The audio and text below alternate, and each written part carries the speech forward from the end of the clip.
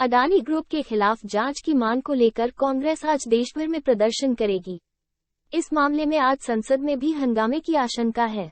शुक्रवार को भी भारी हंगामे के बाद संसद के दोनों सदनों की कार्यवाही 6 फरवरी तक के लिए स्थगित कर दी गई थी।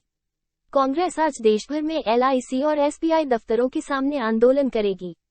कांग्रेस ने आरोप लगाया कि केंद्र सरकार आम लोगों के पैसे का इस्तेमाल अपने दोस्तों की मदद के लिए कर रही है। कांग्रेस सांसद आज संसद भवन में गांधी प्रतिमा के पास धरना भी देंगे। कांग्रेस नेता जयराम रमेश ने रविवार को कहा, अडानी ग्रुप पर लगे गंभीर आरोपों के बीच मोदी सरकार ने चुप्पी साध रखी है। यह मिलीभगत का साफ इशारा है। पीएम ये कहकर नहीं बच सकते कि हम अडानी के हैं कौन। उन्होंने कहा कि कांग्रेस इस मुद्दे पर आज से हर दिन पीएम से 3 सवाल करेगी।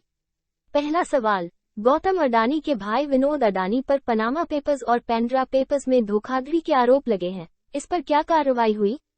दूसरा सवाल, हिंडनबर्ग की रिपोर्ट आने के बाद गौतम अडानी पर ED, CBI और इनकम टैक्स की ओर से क्या कार्रवाई की गई है?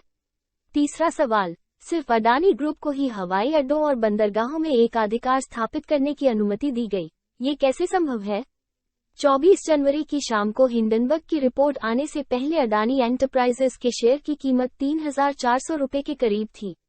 गुरुवार को ये करीब 1,000 रुपए तक नीचे आ गया, फिर रिकवर होकर 1,531 रुपए पर बंद हुआ। NSE ने अडानी ग्रुप के 3 शेयरों को शॉर्ट टर्म के लिए एडिशनल सर्विलांस मेजर्स लिस्ट में शामिल किया है। इनमें अडानी पोर्ट, अडानी एंटरप्राइजेस और अबुंजा सीमेंट शामिल है। इस बीच RBI ने देश के सभी बैंकों से अडानी ग्रुप को दिए कर्ज और निवेश का ब्यौरा मांगा है।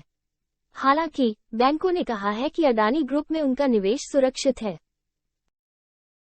सर, आपके प्रदेश की एक कंपनी बढ़ते बढ़ते बहुत बड़ी बनती है, उसके शेयरों में उतार चढ़ाव आ रहे हैं और आप सरकार के मुखिया को उस कंपनी के मुखिया से जोड़ रहे हैं। बिल्कुल, क्योंकि अगर ऐसा नहीं तो ये आपकी कैमरे की आंख पुरानी वीडियो निकालो।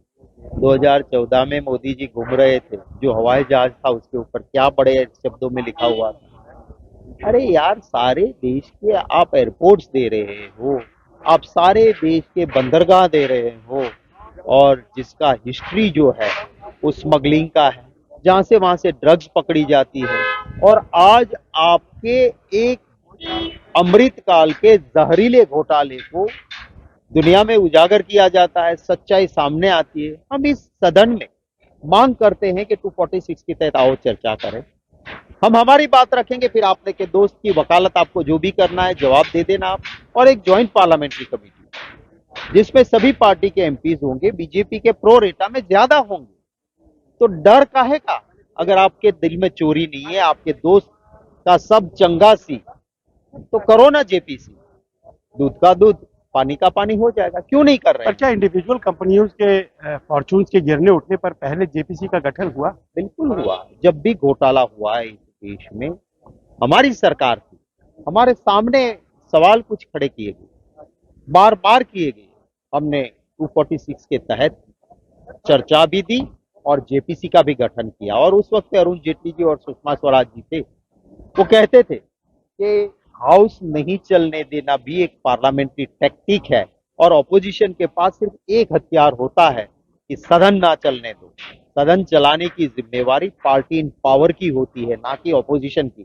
जब हम हाउस रोक देते हैं तो सरकार को आके संवाद करना चाहिए, संघर्ष नहीं, और हमारी बात माननी चाहिए। सुषमा जी और अरुण जेटली जी का ऑन रिकॉर्ड बीजेपी के नेताओं के बयान है। आज की सरकार को हम यही कहते कि आओ संवाद करो, आप चाहेंगे हमारी बात मानो, JPC दो, चर्चा दो, हाउस चलेगा। आप चाहेंगे सर कि जो LIC और SBI की स्थिति है, अगर उसे रेस्क्यू की जरूरत पड़े तो सरकार आगे आए? देखिए, सरकार को पहले तो चोर के पास से सारी वसूली करनी चाहिए और दे देना चाहिए इनके पैसे। वीडियो देखने के लिए धन्यवाद। नई वीडियो की नोटिफिकेशन के लिए चैनल को सब्सक्राइब करें।